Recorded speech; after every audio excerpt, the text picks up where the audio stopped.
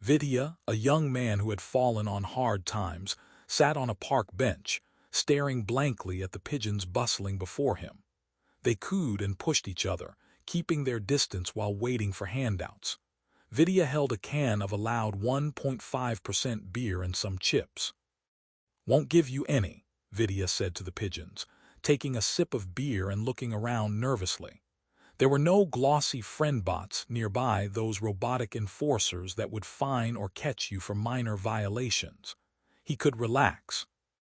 Leaning back on the bench, he stretched his arms blissfully and stared into the leaden autumn sky. The street felt good to him right now, the breeze, the dampness in the air, the light frost that would creep under his jacket.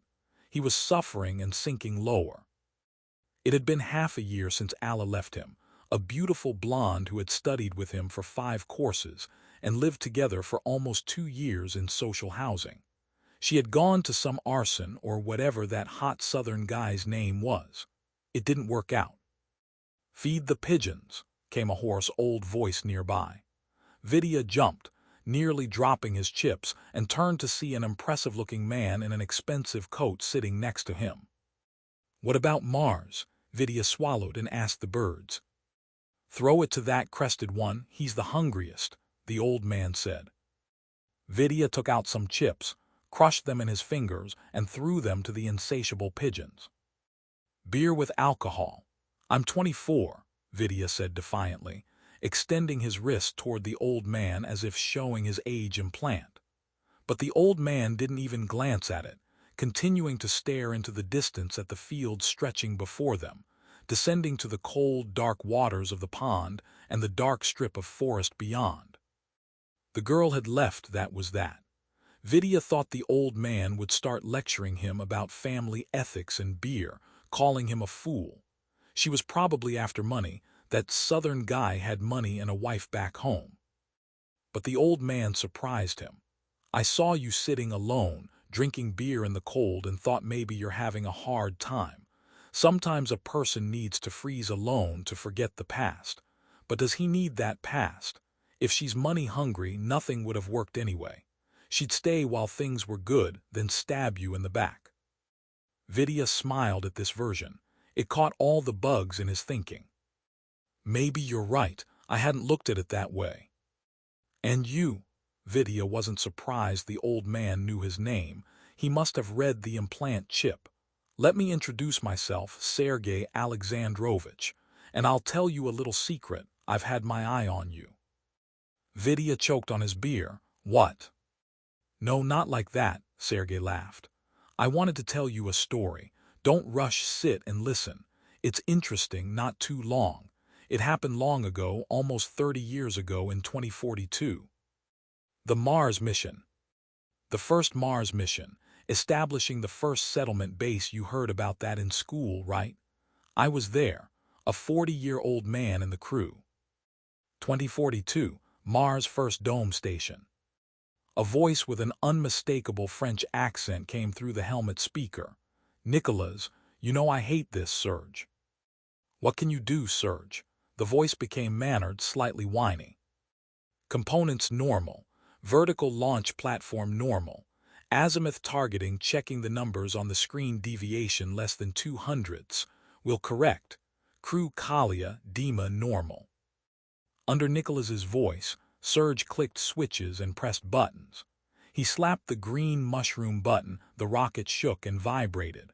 The roar of liftoff pressed them into their seats, not as brutal as Earth launch, but still significant. The rocket pushed off from the launch table on Mars, roaring with fire, heading into the black night sky where Phobos was visible, not like Earth's moon, but an irregular, deformed boulder more than a satellite. The rocket pierced the thin Martian atmosphere and burst into the black cosmos, curving gently toward landing. The shortest space expedition, just over 14 minutes, like riding the metro from CSKA to Barakadnia station. Phobos approached, its surface showing those parallel grooves and channels. The 9-kilometer crater Stickney, and there it was, the Monolith, the reason for their trip to Mars satellite. The Monolith. The monolith, a huge structure with relatively regular geometric forms, 90 meters high, 85 meters wide, 6,000 kilometers from Mars to Phobos, and now they were landing. Serge adjusted the approach azimuth. The neural network took control, their small rocket landing smoothly. A slight jolt, they had landed. The contact indicator flashed green. Mars 1, this is Phobos, do you copy? Serge asked. Copy that, coming in clear, Nicholas responded, trying to joke but failing to find the humor. Exit to the satellite planned, 2 kilometers from the monolith. We'll take the rovers. Nicholas stays with the ship, Dima and I are going out. They detached from their seats.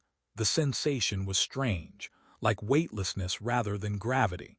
They floated like feathers, pushing off walls and handrails down to the lower platform where the rovers waited. Ready, came Nicholas's voice through the helmet. Opening the hatch. There was no sound, no atmosphere in the ship, none on Phobos. They felt only a slight vibration through the ship's hull as the hatch opened before them, revealing the surreal landscape of Phobos. The descent.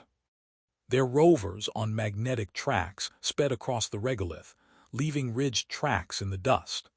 The irregular moon spun rapidly beneath them, and there grew the monolith, geometrically perfect, seemingly out of place on this natural satellite. Visual contact established, Serge reported. The object's geometry is indeed unusual. Copy that, scanning for anything else unusual in the vicinity. Negative, crater edges visible, surrounding area typical, monolith base in shadow zone. Entering shadow zone, switching on headlights. Bright white light cut through the blackness, illuminating their path. At the monolith's base, they found what looked like explosion patterns from the object's impact. Possible impact fracturing at monolith base, Serge reported. Nothing else visible. They were 50 meters from the monolith, climbing a slight rise. The headlights illuminated the monolith's perfectly cut wall as they crossed the impact ridge. Holy shit, Serge exclaimed. I see it too, confirming, Dima responded. Nicholas, we've got something at the monolith base buried under impact debris. Quick look with the rangefinder shows 30 meters down. There's a level platform around the monolith perimeter. Small passages of regular geometric shape visible. The monolith appears to be standing on small legs. Nicholas immediately switched to direct contact with Mars. Mars, we have visual confirmation, proceeding with descent. The discovery. What do we do? Dima asked. Wait here. No moves without coordinating with Mars, and Mars won't do anything without coordinating with Earth. 6 minutes for signal to Earth and back. Danger assessment for investigating monolith base. Consider it low, approaching 0, proceeding with external descent and inspection. Maintain constant contact. Mars, how's our partner Dima? Status normal, awaiting instructions from mission leader Sergei. Serge switched to short-range radio, leaving the rover. Don't be stupid, you won't get another chance. You don't have kids yet, go. I'm going. Serge switched to the rover's cameras and saw Dima disable them. These broadcasts they'll see, will have to trust words only. Descending, it's like falling slower than a feather. What did you expect? Gravity's almost 0 here. Agreed. Artificial construction. Passages visible. Height about 5 meters, width 10. No tracks, clean dust layer. If anyone walked here, it was 200 million years ago. Mars, do you copy? We're proceeding with descent. Your actions are approved, proceeding with mission. Inside the monolith. They stood at the foot of the monolith, its entrance arches seemingly carved from a single piece.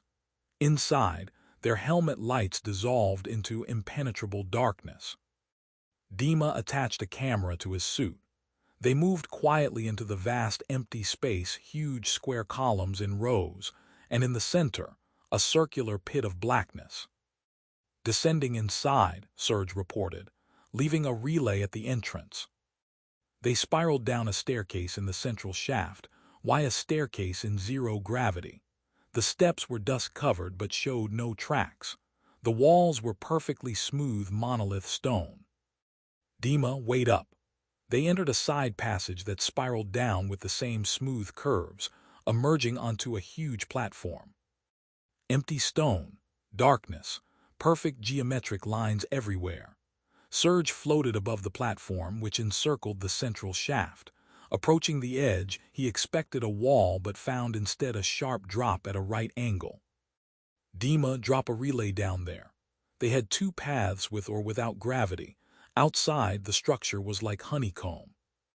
Dima attached another relay and dropped it. Mars, do you copy? We're proceeding. Your decisions are approved. Proceeding with investigation. They descended along the radial wall of the central axis. Platforms appeared at first, then became smaller balconies, then mere niches and passages leading deeper into what seemed like an ancient anthill. Dima, I feel something pulling me. They were standing again, walking easily as if gravity had returned. I thought it was just me, fear pressing down, but they were indeed being pulled toward the floor. According to all protocols, look at me. Dima looked determined. We're going. They entered a circular tunnel within this level. After a few steps, Dima entered a niche and immediately flew backward, hitting the wall. What happened? Surge's helmet display showed Dima's camera feed. A huge hall with a line of hunched giants, 3 meters tall, 6-armed, frozen like statues carved from the same gray stone as the monolith.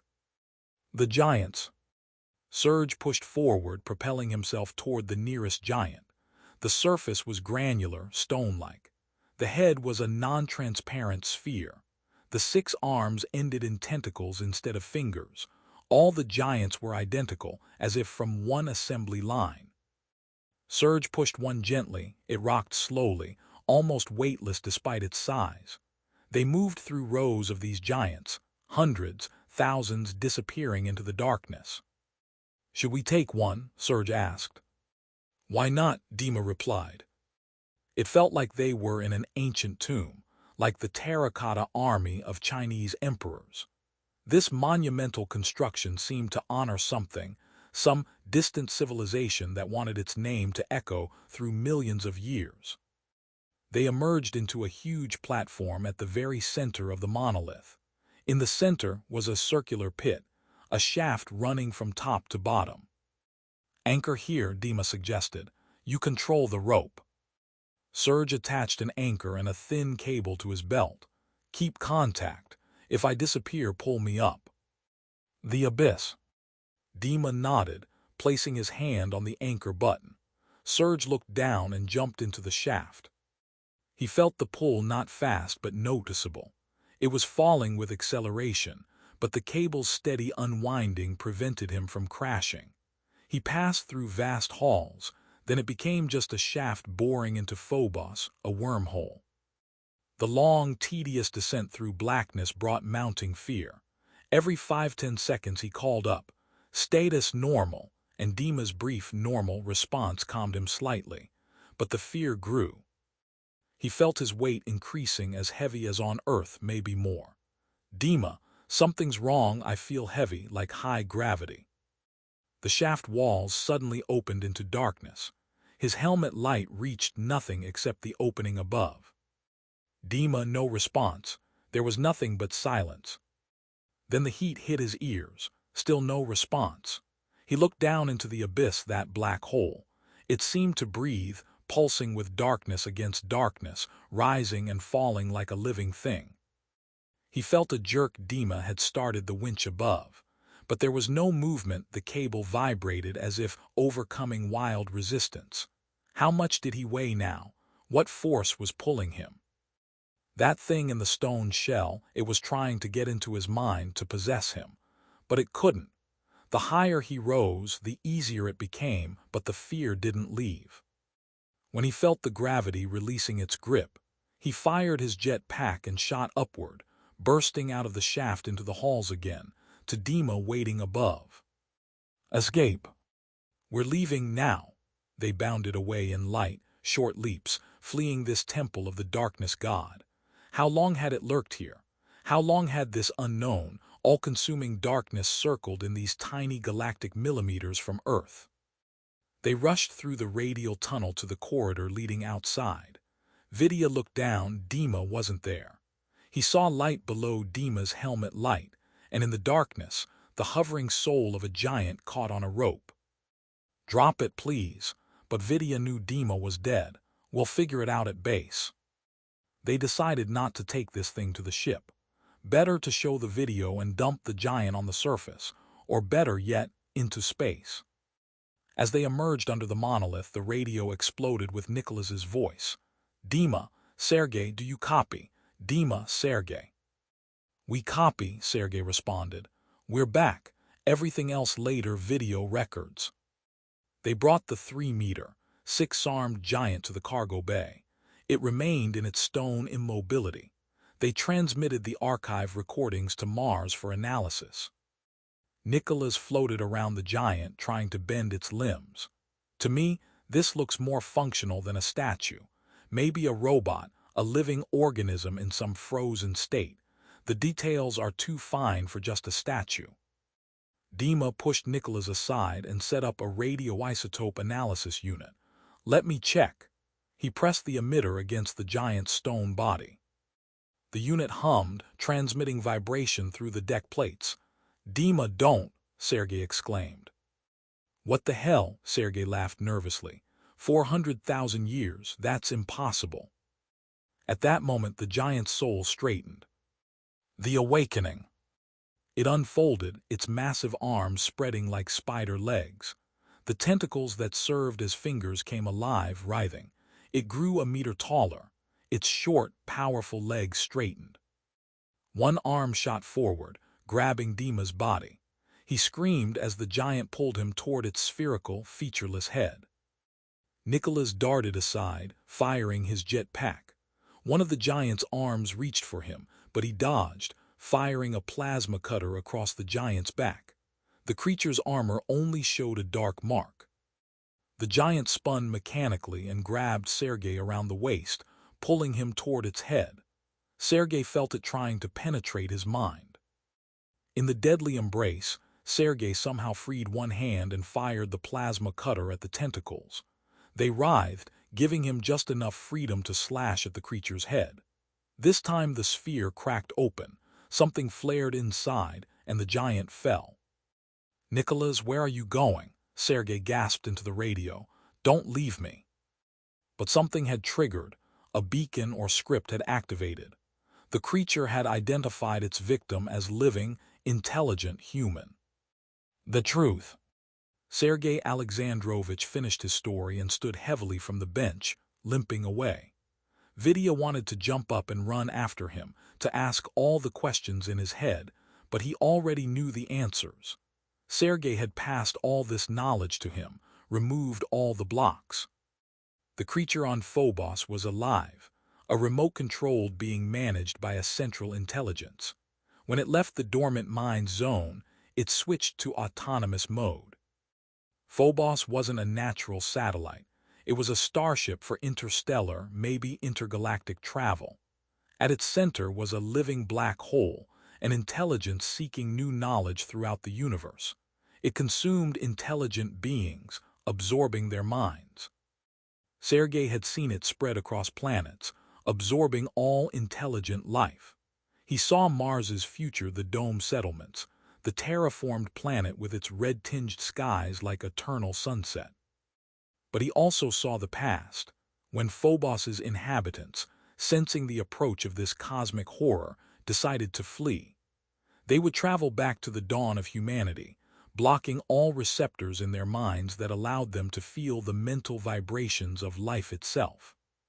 Humanity would become blind, relying only on technology, creating a new civilization that could resist this fear.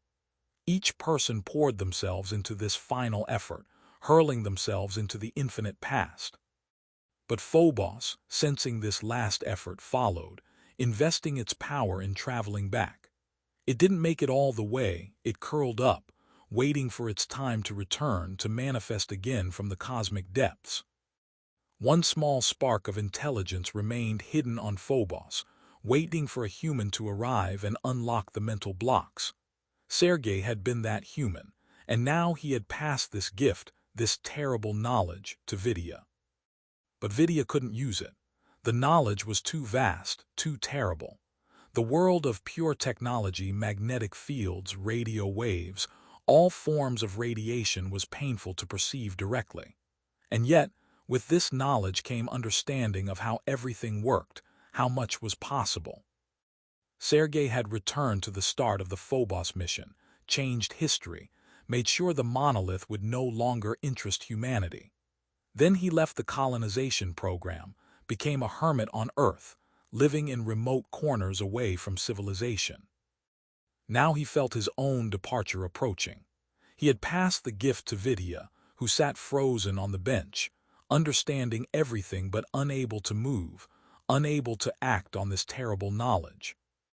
The monolith waited, the black hole intelligence waited, and humanity remained blind, technological, unaware of the cosmic horror circling so close, waiting for its time to return. The final revelation. Vidya understood now. Phobos would sense the mental field vibrations, awaken, and they would have no chance.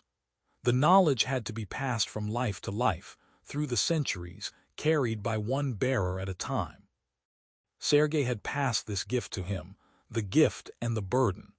Vidya wanted to jump up, to run, to use this knowledge or perhaps share it, but he couldn't. Phobos would awaken when it sensed the mental field vibrations. They had to wait, to pass the knowledge through generations, one bearer at a time. And someday, in the distant future, when they had gathered enough strength, they could open the door for everyone. But not now.